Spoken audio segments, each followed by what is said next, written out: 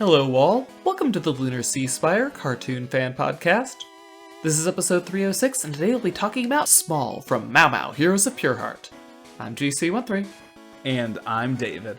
So I don't know if anybody knew this, but Mau Mau has the moves.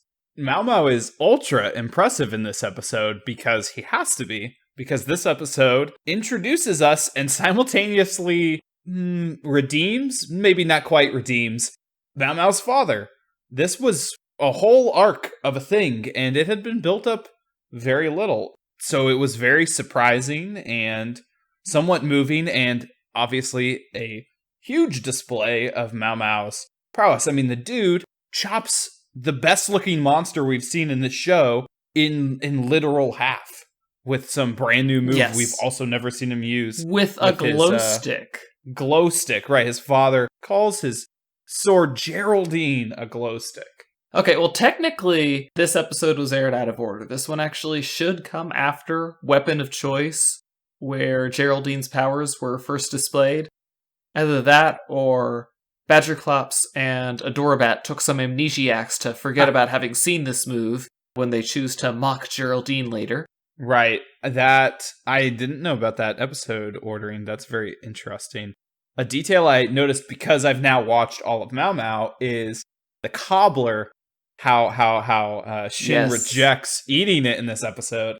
You know, big lore hints for later. I love that. That's a quality specific to Mau Mau that it refuses. This episode is about as serious as Mau Mau gets. Oh yeah, they don't get any more serious than this one. But it lore-wise, they do build a world and lore, but it's purposefully goofy, but not so.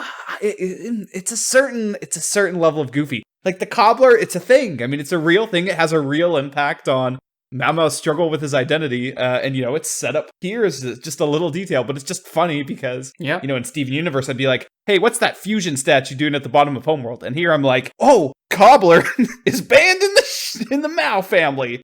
Whoa! So. Yeah, I mean, it's like people talk about everything in Steven Universe being foreshadowing. Everything in Mau Mau is foreshadowing, baby. It is happening, and I am excited to see more of it now. I can't believe I'm being rewarded for rewatching this. But the comedy's good. This episode, though, not hard on the comedy. Mostly really just being kind of ticked off, right? At Shin, I feel like is the general feeling you're supposed to have. Oh, yeah. I mean, Shin definitely deserves, let's say, much of the unnice things people say about him. But he becomes more of a tragic figure once you look at why he's such a jerk. Yes, which... This is definitely the best. Well, your theory's been vetted, I think, by the creator, essentially. Yeah, he gave me a thumbs up. So yeah, there's definitely a whole YouTube video about that. I don't know if we want to re-go through the details, but definitely worth a watch. I'll summarize it for everybody really quick. Shin Mau feels like he's a fraud, and he kind of feels really uncomfortable watching Mau Mau try so hard when, he knows he could never be anything without his own power armor, so he feels that, Mau Mau will never be anything without power armor, and he doesn't think Mau Mau should use the power armor because the power armor doesn't make him feel any better. He wants Mau Mau to do something else with his life. We do get hints of that sympathy. The fact that Shin has apparently been telling Mau Mau, despite how dismissive he looks in this episode, that phrase, "there is no shame in being small," is something Mau Mau claims his father has told him many times in his life, which I thought was super weird when I watched initially, because I was like, but this dude's a jerk all the rest of the time. But you can see how much of it is his own insecurity projecting onto his son, and almost that he is trying to direct and guide his son in a way. It's different than, like, when I first watched this episode, I thought that he was more like a Bob Pataki character, right? From Hey Arnold. That's Helga's dismissive father, right? Him and his wife are obsessed with the older daughter that they have, who just does everything right, and they don't even remember Helga's name all the time, which, again, like this episode, because Shin can't Moo seemingly remember his own son's name, which, to be fair, is a ridiculous name, as Badgerclops, finally finds out that Mau Mau's name is fully Mau Mau Mau. Wow. But so Bob Pataki, though, is not There's no plan. He's just a bad father. And Shin, he is parenting wrong, but he does care about something. Bob Pataki cares about selling beepers. That's my roast on Bob Pataki. Glad I got to take that little opportunity to talk about Hey Arnold. Someday we'll talk about Hey Arnold. I always want to. Shin Mao, though, there you go. He's not completely dismissive of Mao Mao's actions, which is the important thing. Again, I mentioned earlier that we were talking about the foreshadowing just recently, but he foreshadowed the king having his wig. He noticed it when Mao Mao couldn't. Yeah, he just, boom. He just immediately recognizes it. This guy has a lot of heroic experience. He may feel like he's a fraud, but he's been everywhere. He's done everything. But again, like the Steven universe, everything's foreshadowing, everything's a lore drop. It's just that moment is exactly like when Jasper shows up for the first time and says, oh, look at this defective pearl and this, I don't even remember what he calls amethyst, just some like runt and this shameless display. Yep. This overcooked runt. Right. And then, but here we have just casually mentioning that the king has a wig, which there's a whole episode about that. That's still, I'm not sure what the gravity or the reason for it is. I don't understand why vanity, that's a thing David. in this show. It's vanity.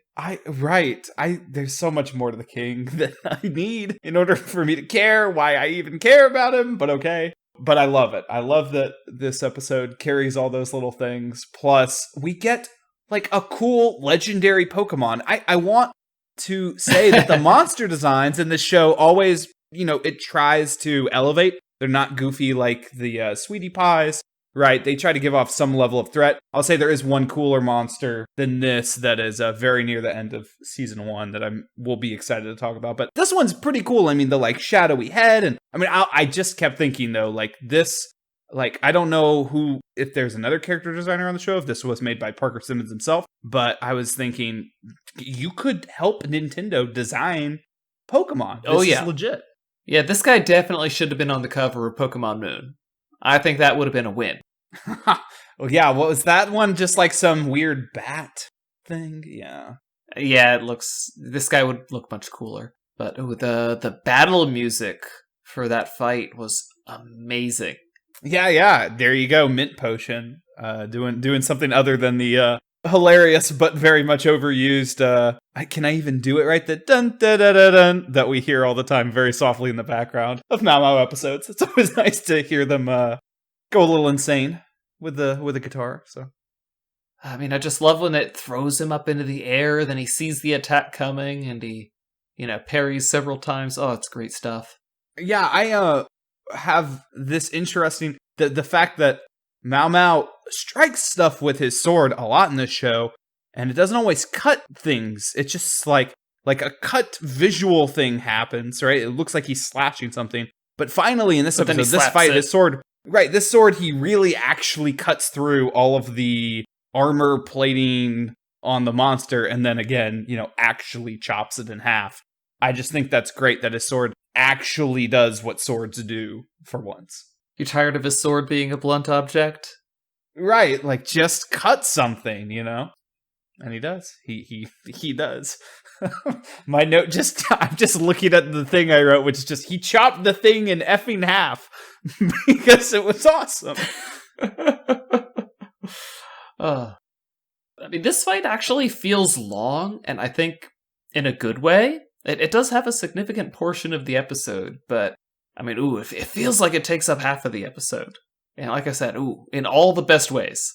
Right, they actually invest a little bit in a little bit of fight choreography. Got to make Mao Mao look cool. And I didn't realize this the first time I watched this. It's supposed to look like Shin is getting decapitated, I guess, by the monster. Yes. That's what you're supposed to be like. That's why Badgerclops is like, oh no, because it looks like his head's popping off. And I didn't really realize that. I don't know if I was just expecting, oh yeah, of course, that's just a small cat in a giant suit or what. But then I realized what it was supposed to look like. And I'm like, oh, that could be damaging to a child for a few seconds there before you find out. I think Adorabat was already thoroughly damaged before she met Mao Mao and Badgerclops. She has a bone collection. That's disturbing. Adorabat scares everyone else, right? She's fine. I think she's fine internally. Maybe. She is the once and future queen. Maybe that's how Snugglemane became the king. He deposed Adorabat. I don't think Adorabat was the ruler in the past, but I feel like we've talked about before who could replace that doofus, and I think Adorabat ended up on the top of our list. And Adorabat is, of course, the ideal candidate. Yeah. It'll happen. The conversation with his mother at the beginning is great. They write it to make it sound like she's informing him that his father is dead. No, it's worse. Your father is coming to visit you.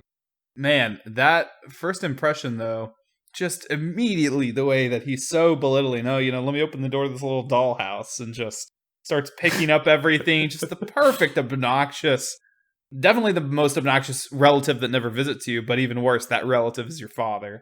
But the thing is, Mao Mao, sometimes you have a parent like that, but you'd think, oh, I'm just expecting Mao Mao to be annoyed, right? Like, this dude who never visits me is coming in and making fun of me. But Mao Mao only has deep admiration for him and actually wants to prove himself to him. So even when he's making fun of him in his house, there's this level of that Mao Mao's trying to remain respectful and is, he's actually feeling insulted. He does shout at his father a few times, though, so... Right, and I mean, obviously the big thing is, it takes a while to build up, though. Right, he's like, hey, I actually do like myself, and you, the one who's afraid of being embarrassed of me, and, so those feelings are there. Yeah, Mao Mao hit it on the head right there. But he did, at the same time, experience a genuine desire to just have his dad be impressed with him. Oh, yeah. I mean, as Old Blue has been helping him work out. Yes. Old Blue. Maybe a season 2 appearance for that little guy. It took a while for the shark therapist to show up again in Summer Camp Island between the initial episode. So, therapists always can come back. I'd love to meet, Steven's therapy. We all needed to see that. We all needed to see Steven Universe's therapy sessions, and it's too bad that Steven Universe Future was only 20 episodes. That's the journey we really needed to see. Maybe her voice actress was booked up with another Rick and Morty recording session. Right. Scheduling conflicts, you know how it is. It is my headcanon that that's his therapist. She's just so straightforward. I don't know. The Pickle Rick lady. Who is the ideal therapist for Steven? I don't know. Definitely Mao Mao's therapist was the perfect one for him. Probably Old Blue. No, I don't know. I don't think that's Steven's problem at that point, right? Having Old Blue be not impressed with him fit very much in line with what this episode is about. Mao Mao wants to be impressive. He wants to be a legendary hero, and it's tied to his feelings about his dad. Steven needs somebody huggable, and you don't get much more huggable than a sweetie pie, so... I don't know. I think it would be a good fit. I don't know. Now I'm just imagining Pinky showing up instead accidentally. What good grief. That nightmare would be like. Think about, there was a time where Uncle Grandpa was the worst possible thing that could have happened to Steven Universe. But imagine if these shows had been more contemporaries with each other, and if that is what Steven had to experience was a crossover with Pinky, that would be truly hell. I'm glad we avoided that. I have no idea how Tanya Keys was in town to collect on Badgerclops' bounty, but Pinky apparently has no bounty on his own head. Yeah, that is unbelievable. I mean, I guess Shin wasn't wrong when he said that the kingdom was pretty small. I mean, it is confined to a single valley, so not very big. But in another important moment of foreshadowing, we do get to look at and talk about again. Badgerclops talking about how warm he is. Well, yeah, the warmth, and not in a good way, but just the fact that they're even talking about the ruby pure heart. Is that the right word? And the fact that Mao Mao cracked it, just getting a reminder that Mao Mao should probably feel guilty about this thing later at some point, which hasn't happened in season 1 yet. Although, well, yeah, he hasn't felt guilty about it yet. The implications of it being cracked definitely are there, but moving forward. So this episode definitely does a lot. It's actually crazy. There are those kind of 3 big quote-unquote lore pieces, plus the fact that it's his dad. But it is crazy that then this isn't followed up again. Mau Mau's family is kept at such a distance in this show. So this is really a startling amount of family interaction for Mau Mau. I mean, Brunhilde, we know a name, and we even know which one Brunhilde is. Right. I mean, but like, why? What is it building up to? Maybe the next time we see Mau Mau's family, it's just going to be a, shock session again, where it's just like they all show up. All 7 of his sisters, or however many heckin' of them there are. It was 5. Yeah, 5. Yeah, it'll be very interesting to know what they do. I don't know. I think maybe they wanted to save some magic for season 2. Like, oh yeah, season 1. That's the season where his sisters never show up. Right. Maybe they'll be just nonstop annoying later on. It's very like Mau Mau has separated himself so much from his family, and we at least know a good reason for him to have been away from his father. Are the rest of his family members so bad? His mom seems okay from our incredibly limited experience with his talking to her without any problems. But clearly he doesn't have any kind of relationship with his sisters where he keeps up with them, even though he has a house phone since it was very dusty. So I can't imagine that his relationship is that good with them. But is it any deeper than I was always in their shadow? Does he have any other personal beefs with them? Yeah, he probably remembers it as being much worse than they do. They probably didn't have much to do with him, really. They probably mostly ignored him. Well, yeah, is it going to be a Bao Bao situation or, his ice cream giant monster story situation where it's an over-exaggeration? I think there is a little bit of a Bao Bao going on with his sisters because, he remembers them laughing at him, but they're never actually looking at him in those flashbacks. It's like they're laughing. Right, they always watch Saturday morning cartoons, and there was 5 of them. He could never see the TV. Their heads were always in the way. And he thought it was a morning ritual for them to laugh at him every weekend. Must be. Yeah. Yeah, I guess Parker Simmons would be nostalgic for Saturday morning cartoons. That sounds about right.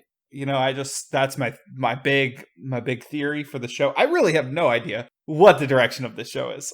Everyone hit us with a like for Saturday morning cartoons. Hey, we might talk about some of those at some point. I don't know. Something Ken pitched that I would like.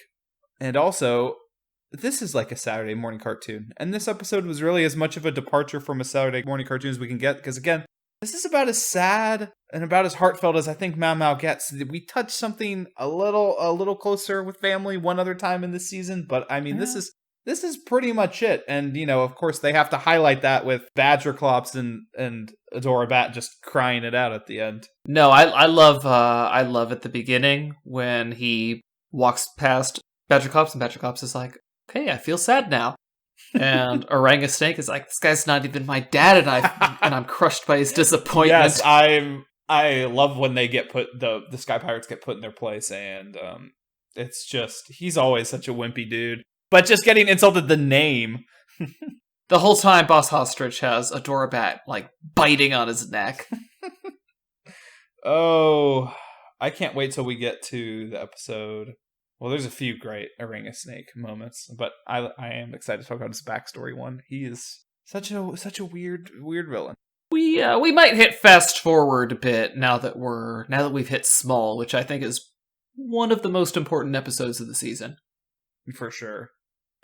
My only other thing I have written down has nothing to do with Mau Mau, which is Shin reminded me that my long-standing theory, and it's my theory, no one else has ever had this theory, that in Invader Zim, the tallest were actually not tall, and they were also just stretched out or somehow also not actually tall. And that's what I was thinking here, and I was like, you know what, Mau Mau had the balls to just go ahead and out the dad in one episode. And meanwhile, I'll never know if the tallest are actually tall. But man, Shin would love living in Zim's world, at least up until before this episode happened. Maybe he feels differently about height now. But, imagine all these people obsessed with height in TV shows. I'm not sure how Shin feels about snacks. That might be a deal breaker for him. He's all about the heroic lifestyle. That's true. The tallest get away with too much easy colonialism dictatoring. He wouldn't be into that with the snacks, obviously. I mean, they're really just the patsies. The control brains are the ones who actually do everything. Yeah, there's the deep lore of Zim. That show. There's a deep lore in that show. That show ended far too soon. They really needed to keep Steve Russell on, from what I understand. That's my understanding of the situation. There's always, they did comics for years, and those were always just goofy and never went in a specific direction. But that's okay. That's not what Zim was about. But that's the only thing I have to say about this episode left, which was not actually about this episode. So there you go. Anyway, guys, that's been us on Small. Join us next week. Until then, I'm GC13. And I'm David. Don't forget to leave us a review. Later, everybody.